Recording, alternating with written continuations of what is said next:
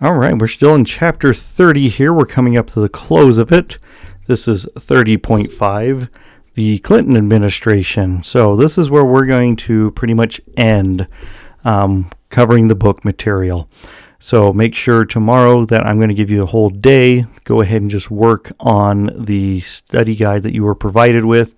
And then on Monday, I will assign the chapter 30 test if you want to take it. Remember, we're going to take that score from chapter 30. If you decide to take the test, you do not have to, but if you decide to take it, I will take that score. If it's higher than any of your other test scores, we will replace it with that score, okay? Good chance at extra credit and kind of boosting up your grade a little bit.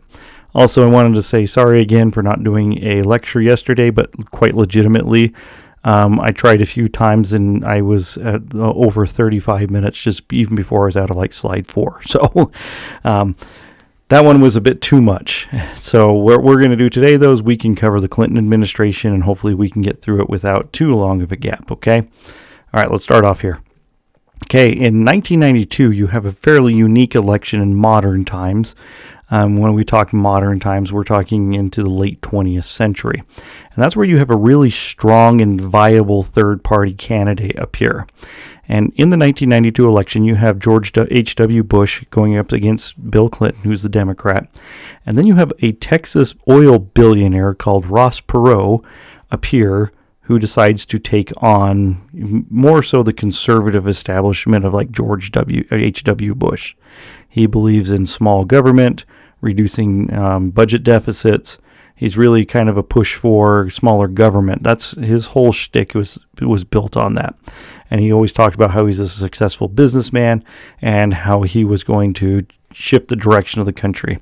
Kind of a funny looking guy too. If you ever want to look at political cartoons, you'll see him with his ears poking out, and he kind of had this nasally voice. He was an interesting candidate. Partway through the election, he actually dropped out briefly because there was something going on with his daughter. Then he reemerged and came back into the election again. Some people believe if he hadn't dropped out, he might have even made a bigger dent than what he did in this election. With Perot, though, he basically split a lot of the conservative electorate away from George H.W. Bush, who they felt wasn't doing a very good job, especially with raising taxes on him again and continue with deficit spending, which allowed for Clinton to take the election. And some people really thought, well, if Perot didn't win, if Perot wouldn't have even been there, would have George H.W. Bush been elected? At this point, his poll numbers were well under 40% of popularity. And when you look at congressional elections, this often will tell you how things are shaking up on a presidential cycle too. But if you look at the congressional elections during this time, the Democrats also take control of the House and the Senate with pretty good majorities in those. So even looking at those numbers, even if Perot had not been there, it's pretty likely that Bill Clinton would have been elected president one way or another. Now, a little bit about Bill Clinton before we go too far, just give you a little bit of his background. He was a lawyer. He was the governor of Arkansas too. That's how he rises to prominence. Typically, usually your best presidents come from being governors because they've managed a large government structure with dealing with state congressional groups. So they're usually a lot better administrators. That's why a vast majority of most presidents usually have come from governorships in the 20th century usually. Under Bill Clinton, though, the economy just skyrocketed. It just went through the roof. It was a massive buildup. You have eventually, once it hits like its full stride, and eventually you have your dot-com bust and everything like this. But during his time frame, the technology industry really took off and made billions upon billions of dollars in the market and brought new billionaires to light. People that move away from like traditional billionaires who come from finance or oil or mining or some sort of other business consortium. You now have the technology giants. Bill Gates quickly becomes one of the world's richest men at $40 billion. A lot of the innovations, though, that drove this change, though, was things that were developed during the military buildup against the Soviet Union. If If you guys remember me talking about that, you have technological creations that are going on since the 1950s that really come to the 1990s to hit the consumer market. You start to see microprocessors that are being developed and used for military needs dropping into personal computers. You see even today, things that we enjoy, like GPS, is developed by the military first. The internet itself is initially built by the Department of Defense to communicate with each other. Even text messaging, which you guys take for granted, was developed using the military technology of the era, from those eras.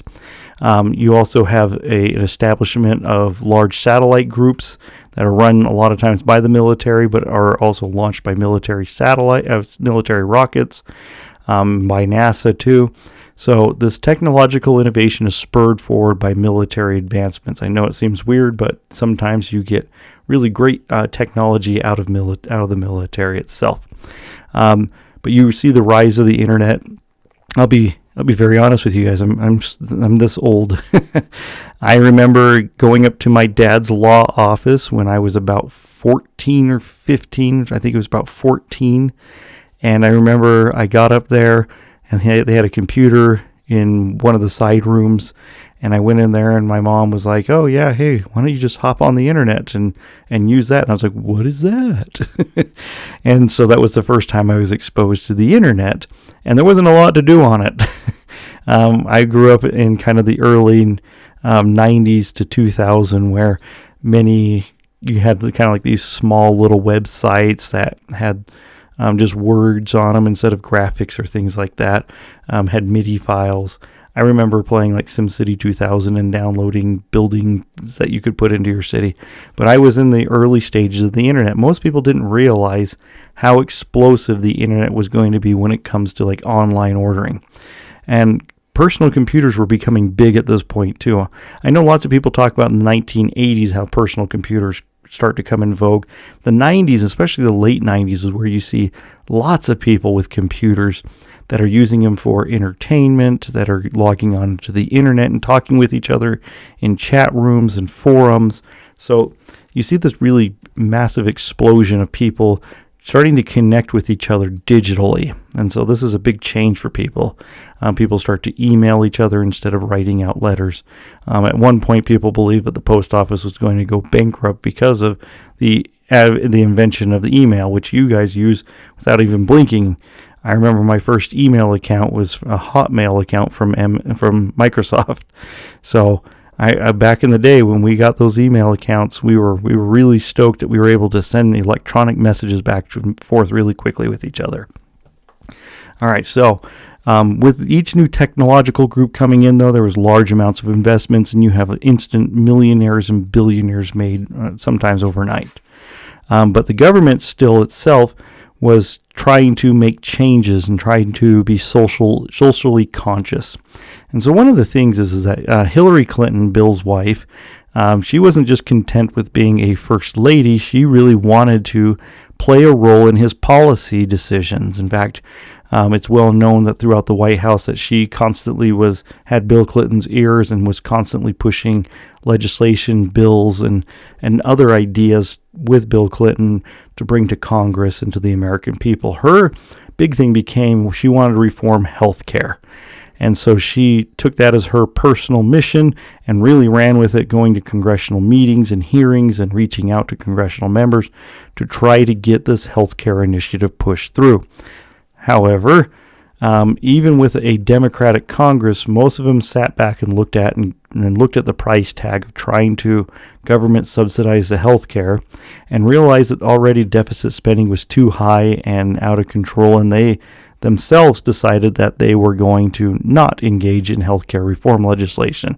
And so it really shut down Hillary Clinton's pet project of improving healthcare for all Americans, and she was pretty devastated over it from all accounts of it too.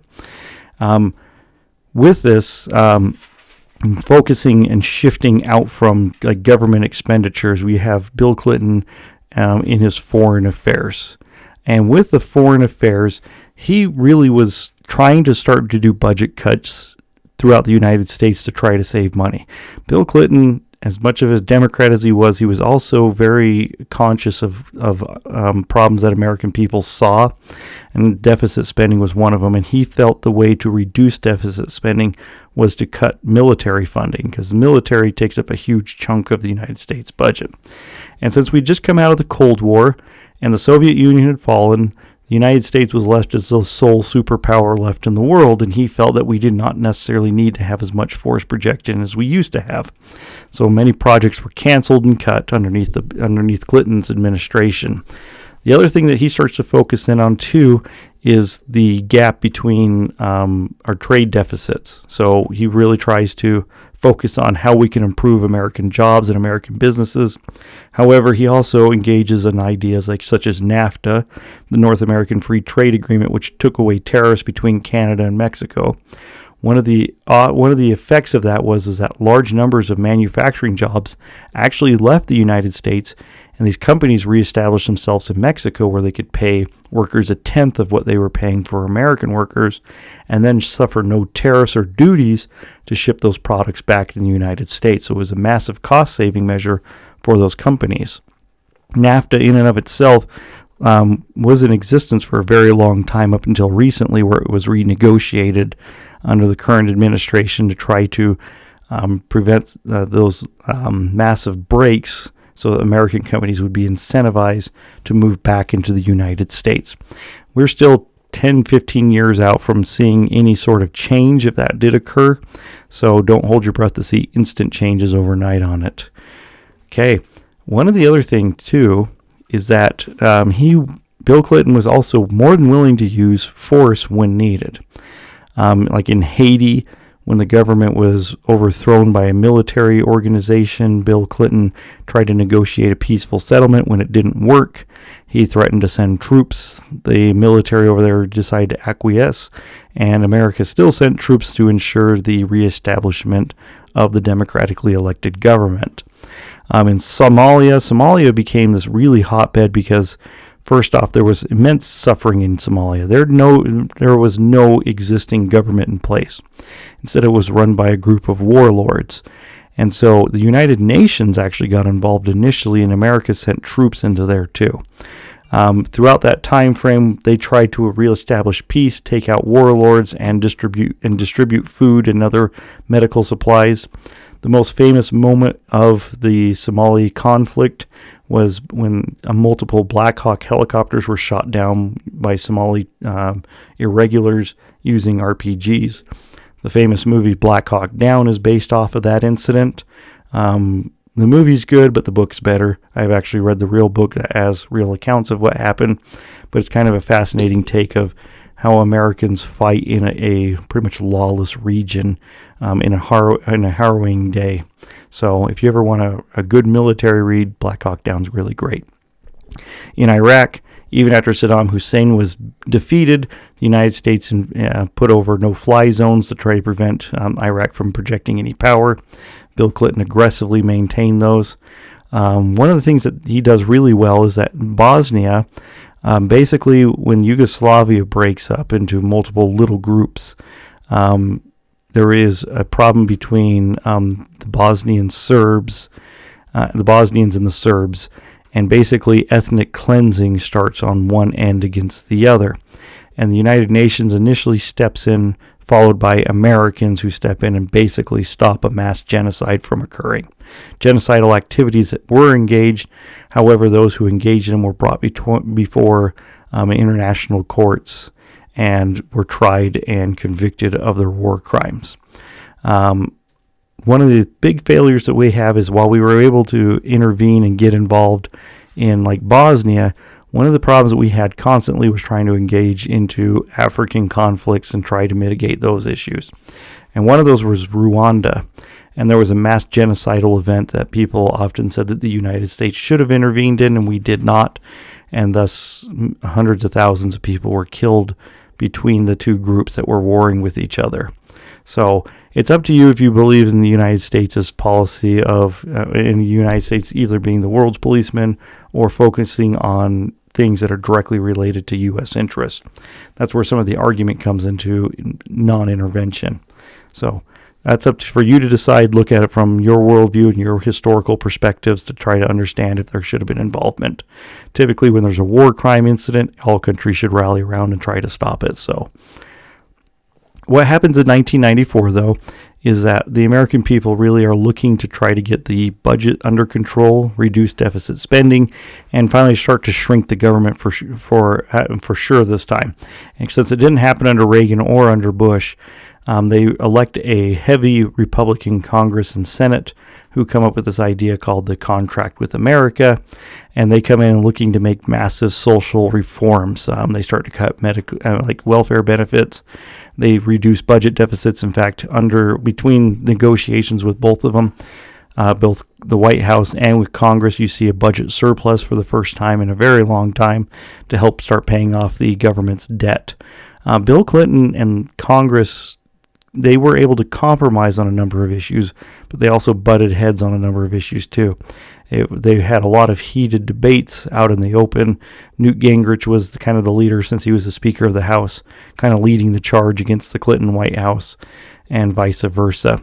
One of the things is that we're going to talk about the incident between Clinton and the Republican Congress, but we'll get back to that here in just a minute, okay? One of the things that happens during the 1990s is you see a rise in what we would call like domestic terroristic activities or fringe groups rising to power and influence. And with that, you see these militia organizations who defy the government when it comes to their authority and also taxation. And many times, many of them were pushing back against new gun regulations that were coming out during this time. In the 1990s is where you see the very first assault weapons ban, where things like AK-47s and AR-15s are made illegal for, I believe it was like a 10-year period. And so some of these organizations didn't want to give up their guns. They were modifying guns. They were becoming somewhat, in the government's view, they were becoming dangerous. Where this all kicks off, where there's massive government intervention and things that end tragically, is the very first one in Ruby Ridge. And so the U.S. Marshals showed up at Randy Weaver's little compound and were there to arrest him on an outstanding weapons warrant. What happens next is that there was gunfire exchanged. The U.S. Marshal was killed. Randy Weaver's son was killed. And then a group of FBI agents, ATF agents, and marshals descended upon the property and had an 11-day siege with Randy Weaver, during which time his dog and also his wife was killed by government agents during the standoff. Ultimately, Randy Weaver was captured, but when he was put to trial, he was not found guilty of pretty much anything but the warrant that he had been issued out for, and he had to spend like 18 months in prison and pay a fine. The government was found culpable in the deaths, but nobody was ever prosecuted for the deaths of his son or wife during that time. And this inflamed tensions with the militia groups, and you start to see more of them form up, and you start to see a dissident movement start to really grow in America and kind of these fringe areas like up in Idaho and Montana regions and some areas in Texas even. Another thing that occurs is in Waco in 1993, a group called the Branch Davidians under David Koresh were living in a compound. They were stockpiling food and weapons, expecting for a great calamity to come upon them like most cults do. And the ATF got wind that there might be automatic weapons at the Branch Davidian compound, and the ATF agents show up, and a gunfight ensues where 4 of the ATF agents are killed and 6 Branch Davidians are killed, which then starts another government standoff with a more of a militia kind of cult group here. And during that siege, there was multiple times where they tried to talk to him and have him come out and surrender. Again, you're talking about a cult environment, so Koresh had a lot of his followers pretty much brainwashed that he was the second coming of Christ. So they were blindly and religiously following David Koresh during this time frame. What eventually happens is that the federal government decides it was finally time to end the siege, and they send tanks into it, and the tanks started to break down the walls and tried to inject pretty much gas into the building in order to try to clear the Branch Davidians out of their compound. There's a lot of controversy over what happened next. Some people, according to the government and any reports that they give you, the Branch Davidians start a fire which catches the entire building on fire, which ends up killing 76 of the Branch Davidians, including David Koresh, who by autopsy results had shot himself.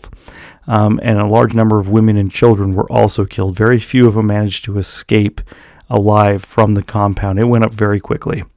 And I remember this quite well. When I was younger, I used to wake up and every morning on TV they would be talking about the standoff at Waco. And I actually remember the morning I woke up and they decided that they were going to assault the compound and start injecting the tear gas into it, and seeing the entire compound catch fire and fall apart before our eyes. Quite a tragic day in American history. One of those moments that just kind of stays with you if you witness it on TV. So more of these militia groups start becoming more and more radical after Ruby Ridge and after the Waco siege. And you start to see people who look at trying to strike back against the government, and that's what happens in Oklahoma City. What happens is that Timothy McVeigh pulls up with a Ryder truck van loaded with an ammonia nitrate bomb and sets it off in front of the Alfred P. Murrah Federal Building, and blows off the entire front side of it and collapses a vast majority of the structure. His goal was to kill ATF agents and FBI agents who were housed inside that building as a revenge for Ruby Ridge and Waco. Timothy McVeigh was a violent, militant individual who had distinctly racist, white supremacist viewpoints and was pretty unstable for the most part. His goal, though, was to incite violence against the governor. He used to peddle a book that called for violent revolution in the United States. And so many people believe that he used that book as his basis to try to start a revolution on American soil. But instead, what he did is he turned the American public against these militia organizations and these viewpoints. Within the building itself, they had a daycare center. And so out of the 168 people that were killed, there was 6 children that were killed during that time. And that picture that you see there was on the cover, I believe, of Time magazine. And it really showed you the horror of what Timothy McVeigh had done. And so why we aggressively pursued him and captured him. And him and his group were eventually found out, and Terry Nichols was tried and prosecuted, and Timothy McVeigh ultimately was tried on federal charges and was executed in 2001. But this really was a shifting moment in American conscience when these militia groups were really chastised and fell apart during those time frames. And this right here, this bombing, again, when I talk about living and viewing history, again, I remember waking up the morning that this happened and seeing it also on TV and nobody knowing quite what had happened. You have to understand that earlier on, under the Clinton presidency, there was a truck bomb that was detonated underneath the World Trade Center that was done by Islamic extremists who had hoped to topple the towers. And so people, for quite a while, for the first week or so, truly believed that this was another terrorist strike and didn't know that it was actually a domestic terrorist incident. But out of it, though, this is where you see the decline and pretty much the fall of large numbers of these militia organizations throughout the United States. The very last thing that Bill Clinton is known for is his famous scandal. When he was in his second term, it came out that he was having an affair with one of his interns, Monica Lewinsky. That is that young lady up there on the top. Monica Lewinsky, as of late, actually has come back out into the public space to talk about what she went through and the trials that she had to try to overcome to rebuild herself career-wise after the Clinton scandal. One of the things is that the Republicans really latched on to this scandal and pursued it with multiple congressional investigations. And eventually they forced Clinton to come and testify. And when he testified, he denied having an affair with Monica Lewinsky. And because he had lied under oath and it came out that he did lie, he was guilty of perjury. And so the Republicans determined that because he was guilty of perjury, that then he should be impeached. And so they did go through the process of impeachment. They did impeach Clinton. He was not convicted by the Senate. But one of the things that really comes out of the Clinton impeachment is something like this. Historically, if it had happened to any other president, they would have resigned in disgrace. In fact, many political leaders would have just basically resigned in disgrace and went away. Clinton didn't. Clinton fought it all the way through. He finished his term in office. And one of the things that really comes out of this is the politician no longer being willing to remove himself from office when he's caught engaging in sort of illicit behavior or not upstanding behavior, carrying on an affair or something else like that.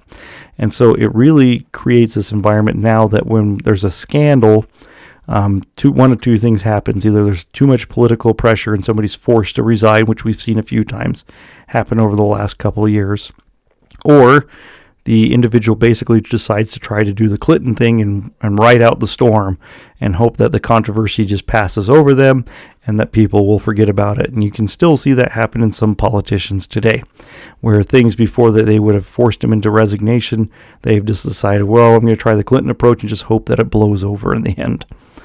All right.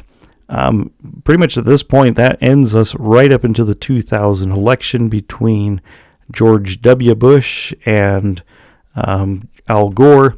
If you guys want to study more about that, that's into the 21st century. So there are resources out there that you can review and look over. One thing I'll probably try to do here over the next couple of years is hopefully develop a segment of 21st century history that we can study together as a group. But for now, this ends this unit here. Go ahead tomorrow, work all day on your study guides, and then we're going to start reviewing for the semester final next week. We'll take it at the end of the week, and then the week after that, you guys are going to start doing your decades project. So if you have not started your decades project, now is the time to start it and make sure you get it done. If you have any questions about the decades project, you need to reach out to me and tell me right away so that you are not totally caught off guard when it comes time for you guys to present it. All right, guys, have your